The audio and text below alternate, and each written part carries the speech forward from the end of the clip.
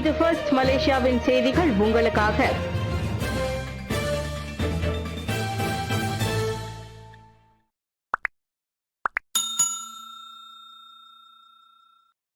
தொடர் கொள்ளையில் தொடர்புடைய 2 சகோதரர்களுடன் மூவர் மீது குற்றச்சாட்டு. கடந்த 2 மாத காலமாக தொடர் கொள்ளையில் ஈடுபட்டதோடு காயம் விளைவித்ததாக 2 சகோதரர்கள் உட்பட மூவர் மீது குற்றம் சுமத்தப்பட்டது. அந்த மூவரும் தங்களுக்கு எதிரான குற்றச்சாட்டை மறுத்தனர். 26 வயதுடைய இளைஞரும் 21 வயது உடைய மற்றொரு இளைஞரும் கும்பலாக கடந்த அக்டோபர் 26ஆம் தேதிக்கும் நவம்பர் 18ஆம் தேதிக்கும் இடையே 8 பெண்களிடம் கொள்ளையிட்டதாக 8 குற்றச்சாட்டுகள் கொண்டு வரப்பட்டன. தாமான் செந்தோசா, பண்டார் புக்கிட் திங்கி, பண்டமாரான் மற்றும் பண்டார் கிலாங்கில் 23 முதல் 69 வயதுடைய பெண்களிடம் கொள்ளையிட்டதாக அவர்கள் மீது குற்றம் சாட்டப்பட்டது. அந்த இருவரும் காயம் விளைவித்ததாக தண்டனை சட்டத்தின் 394வது விதியின் கீழ் அவர்களுக்கு எதிராக 4 குற்றச்சாட்டுகளும் 395வது விதியின் கீழ் மேலும் 4 குற்றச்சாட்டுகளும் சுமத்தப்பட்டன. அவர்கள் மீதான குற்றச்சாட்டு நிரூபிக்கப்பட்டால் 20 ஆண்டு வரை சிறை, அபராதம் மற்றும் பிறம்படி விதிக்கப்படலாம். 58 வயது பெண் ஒருவருக்கு சொந்தமாக திருடப்பட்ட விவேக கை தொலைபேசியை வைத்திருந்ததாக தண்டனை சட்டத்தின் 412வது விதியின் கீழ் 26 வயது நபரின் மூத்த சகோதரரான 28 வயதுடைய நபர் மீது குற்றம் சாட்டப்பட்டது. இவர்கள் அனைவர் குற்றச்சாட்டு ஜனவரி 23ஆம் தேதி மீண்டும் மறுவாசிப்புக்கு செவிமடுக்கப்படும். பினாங்கில் இந்தோனேசிய மாது கடத்தல் 4 ஆடவர் மீது குற்றச்சாட்டு. இம்மாத தொடக்கத்தில் இந்தோனேசிய பெண்ணை கடத்தி அடைத்து வைத்ததாக 4 ஆடவர்கள் மீது ஜார்ஜ் டவுன் மேஜிஸ்ட்ரேட் நீதிமன்றத்தில் இன்று குற்றம் சாட்டப்பட்டது. எனினும் 30 வயது ஆர் நரேந்திரன், 28 வயது அரவிந்த், 25 வயது ஜெயரூபன், 29 வயது முகமது சியாஃபிக் செங்கர் அப்துல்லா ஆகியோர் இக்குற்றச்சாட்டை மறுத்து விசாரணை கோரினர். அந்நால்வரும் இன்னமும் வெளியில் இருக்கும் மற்றொருவருடன் சேர்ந்து 41 வயது இந்தோனேஷிய மாதுவை வலுக்கட்டாயமாக கடத்திய குற்றச்சாட்டில் ஈடுபட்டுள்ளனர். பிறை ஜாலான் பாரு பல்மா லாங்குவா வாட்டர் பார்க் அடுக்குமாடி வீட்டில் அடைத்து வைக்கும் நோக்கில் டிசம்பர் 5 இரவு 8 மணி முதல் 7ஆம் தேதி வரையிலான காலகட்டத்தில் அவர்கள் இக்குற்றத்தை புரிந்துள்ளதாக நீதிமன்றத்தில் தெரிவிக்கப்பட்டுள்ளது. குற்றம் நிரூபிக்கப்பட்டால் 7 ஆண்டுகள் சிறையும் அபராதமும் விதிக்கப்படலாம். நால்வரும் தலா 8000 ரிங்கிட் மற்றும் ஒரு நபர் உத்தரவாதத்தில் ஜாமீனில் வெளியாகினர். ஜனவரி 21ஆம் தேதி வழக்கு மறு செவிமடுப்புக்கு வருகிறது. ஜுராசிக் காலத்தை சேர்ந்த 3 டைனோசர் எலும்புக்கூடுகள் லண்டன் கண்காட்சி மையத்தில் விற்பனை. ஜுராசிக் காலத்தை சேர்ந்த 3 டைனோசர் எலும்புக்கூடுகள் லண்டனில் ஏலத்தில் 8.4 மில்லியன் பவுண்டுக்கு நேற்று விற்பனை செய்யப்பட்டன. லண்டன் கிறிஸ்டி கண்காட்சி மையத்தில் 8.1 மில்லியன் பவுண்டுகள் மற்றும் 4.2 மில்லியன் பவுண்டுகளுக்கு ஒரு ஜோடி வயதான மற்றும் இளம் வயதுடைய ஸ்டெகசாரஸ் எலும்புக்கூடுகள் விற்கப்பட்டன. அந்த 3 எலும்புக்கூடுகள் ஒன்றாக காட்சிக்கு வைக்கப்பட்டிருந்தன. அந்த எலும்புக்கூடுகள் வியாமிங்கில் தோண்டி எடுக்கப்பட்டவையாகும். கோத்தபெலுட்டில் கார் மீது மரம் விழுந்ததில் 5 காயம். கோத்தபெலுட்டில் கார் மீது மரம் விழுந்ததில் அதில் பயணம் செய்த 5 காயமடைந்தனர். காலை மணி 9:30க்கு நிகழ்ந்த அந்த சம்பவத்தில் பெரடுவா கெலிசா காரில் பயணம் செய்த அனைவரும் காயமடைந்ததை தொடர்ந்து அவர்கள் கோத்தபெலுட் மருத்துவமனைக்கு கொண்டு செல்லப்பட்டனர். தகவல் கிடைக்கப்பெற்றதை தொடர்ந்து தீயணைப்பு மற்றும் மீட்பு படை வீரர்கள் சம்பவம் நிகழ்ந்த இடத்திற்கு வருவதற்கு முன்னதாகவே பொதுமக்கள் உதவியோடு காரில் இருந்த அனைவரும் வெளியேற்றப்பட்டதாக கோத்தபெலுட் தீயணைப்பு மற்றும் மீட்பு குழுவின் தலைவர் முகமது சயஸ்வான் தெரிவித்தனர். பொது தற்காப்பு படையினரின் உதவியோடு தீயணைப்பு படை வீரர்கள் வாகனத்தின் மீது விழுந்து கிடந்த மரத்தை சிறப்பு சாதனத்தை பயன்படுத்தி வெட்டி அப்புறப்படுத்தினர். சமையல் அறையிலும் உணவு கையிருப்பு இடத்திலும் கரப்பான் பூச்சிகள், எலி எச்சங்கள் 3 வியாபார இடங்களை மூட உத்தரவு. பினாங்கில் சமையல் அறையிலும் உணவுகள் கையிருப்பு இடத்திலும் கரப்பான் பூச்சிகள் மற்றும் எலி எச்சங்கள் காணப்பட்டதை தொடர்ந்து 3 வியாபார இடங்களை மூடும்படி உத்தரவிடப்பட்டது. பினாங்கு திமோர் லாவுட் மாவட்டத்தில் மேற்கொள்ளப்பட்ட சோதனைக்கு பின் 14 நாட்களுக்கு அந்த கடைகளை மூடுவதற்கு உத்தரவிடப்பட்டதாக பினாங்கு மாநகர் மன்றம் வெளியிட்ட அறிக்கை ஒன்றில் தெரிவித்தது. இந்த சோதனையின் போது எண்ணெய் பொறி கருவி சேதமடைந்து சரியாக செயல்படாமல் இருந்ததோடு வாடிக்கையாளர்களை தங்கள் கடையில் புகைப்பிடிப்பதற்கு அனுமதித்ததும் தெரிய வந்தது.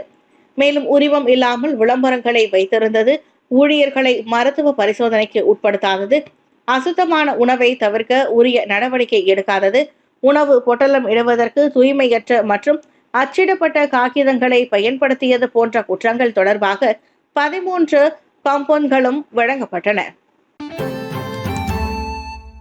மலேசியாவுக்கு 700 கிலோகிராம் போதைப் பொருளை கடத்தும் முயற்சி பாகிஸ்தானில் முறியடிப்பு. 700 கிலோகிராம் எடையிலான மிதபெத்தமைன் போதைப் பொருளை மலேசியாவுக்கு கடத்தும் முயற்சியை பாகிஸ்தானிய அதிகாரிகள் முறியடித்துள்ளனர். கராச்சியில் உள்ள துறைமுகத்தில் மலேசியாவுக்கு புறப்பட தயாராக இருந்த கப்பல் கொள்கலனில் போதைப் பொருள் தடுப்பு பிரிவினர் சோதனை நடத்திய போது அப்பொருள் சிக்கியது. கால்சியம் கார்பனேட் கலக்கப்பட்டு 28 பைகளில் அவை மறைத்து வைக்கப்பட்டிருந்தன. கராச்சியை தளமாக கொண்ட தனியார் நிறுவனம் ஒன்று கோலாலம்பூருக்கான அந்த கொள்கலனை முன்பதிவு செய்துள்ளது. சம்பவ இடத்தில் உள்ளூர் ஆடவர் கைது செய்யப்பட்டதாக பாகிஸ்தானிய நாளிதழான டான் செய்தி வெளியிட்டுள்ளது.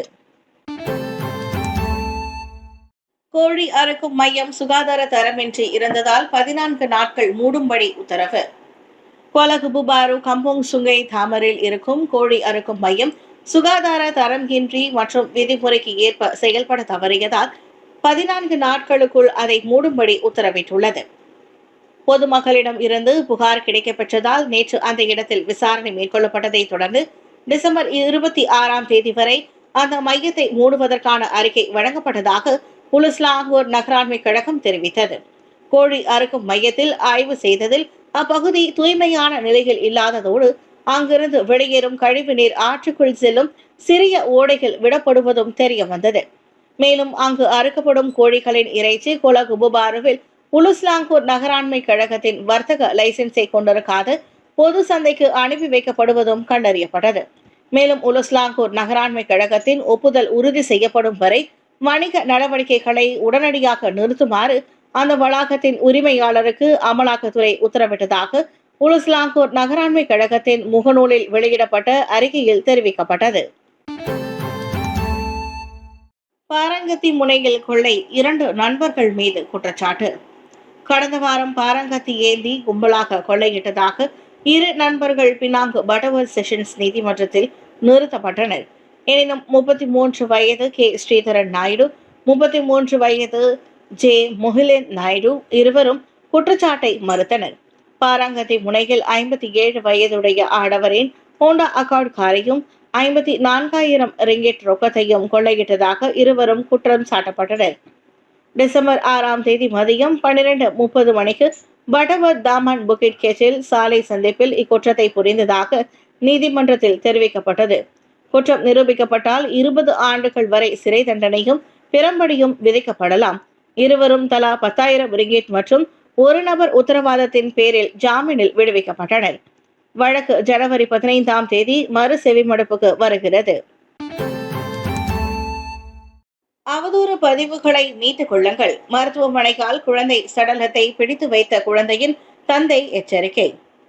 அதாம் என்ற சிசு சடலத்தை தனியார் மருத்துவமனை பிடித்து வைத்துக் கொண்டதாக கூறிய தந்தை வைரலான அவ்விவகாரம் தொடர்பில் சமூக ஊடகங்களில் தன்னை அவதூறாக பேசி வரும் வலைத்தளவாசிகள் அவற்றை 3 மணி நேரங்களுக்குள் மீட்டுக் கொள்ள வேண்டும் என கெடு விதித்துள்ளார். இல்லையென்றால் வழக்கை சந்திக்க வேண்டி வரும் என அவர் எச்சரித்தார். தனது கட்சிக்காரர் திருமணமே செய்யாதவர் என்பது உள்ளிட்ட பல்வேறு அவதூறுகளை பரப்பியுள்ள சமூக ஊடக கணக்குகள் அடையாளம் காணப்பட்டிருப்பதாக சஃபியான் ரொஷ்டி எனும் அவ்வாடவரின் வழக்கறிஞர் டத்தோ அகமது ஜரில் முஹையார் கூறினார். பெலஸ் இஸ்லாமிய சமயத்துறையிடம் விசாரித்ததில் கட்சிக்காரர் திருமணம் செய்திருப்பது உறுதி செய்யப்பட்டுள்ளது என்றார் அவர். நீங்களாக கற்பனை செய்து கொண்டு அவதூறு பரப்பாதீர்கள். உங்களுக்கு 3 மணி நேரம் மட்டுமே கால அவகாசம் உண்டு என டத்தோ அகமது ஜஹரில் கூறினார். இவ்வேளையில் தனது கட்சிக்காரர் தொடர்பில் சம்பந்தப்பட்ட தனியார் மருத்துவமனை வெளியிட்டு அறிக்கை குறித்து போலீசில் புகார் செய்யப்படும் என்றும் அவர் சொன்னார். காதலனிடம் ஏற்பட்ட பிரச்சனையை சரி செய்ய சடங்கு மாஸ்டரை அணுகிய இளம்பெண், 18,300 ரிங்கெட் மோசடி. காதலனுடன் ஏற்பட்ட பிரச்சனையை சரி செய்வதற்காக சடங்கு சாமியாரின் உதவியை நாடிய இளம்பெண் ஒருவர் 18,300 ரிங்கெட் மோசடிக்கு ஆளாகியுள்ளார். கள்ள உறவை துண்டித்து தருவது, காதல் ஜோடிக்கு இடையில் வேறு யாரும் வராமல் பார்த்துக் கொள்வது போன்ற வசியங்களை செய்ய முடியும் என தன்னைத்தானே சடங்கு மாஸ்டராக அறிவித்துக் கொண்ட நபரை பற்றிய சமூக ஊடக பதிவு குறித்து ஒரு வாரத்திற்கு முன்புதான் அப்பெண்ணுக்கு தெரிய வந்துள்ளது. காதலன் தனக்கு மட்டுமே விசுவாசமாக இருக்க வேண்டும் என்ற எண்ணத்தில் அந்த சடங்கு மாஸ்டரை அப்பெண் தொடர்பு கொண்டு விசாரித்துள்ளார். ஆனால் கடைசி வரை வசியத்துக்கு எவ்வளவு கட்டணம் என்பதை அவர் தெரிவிக்கவில்லை.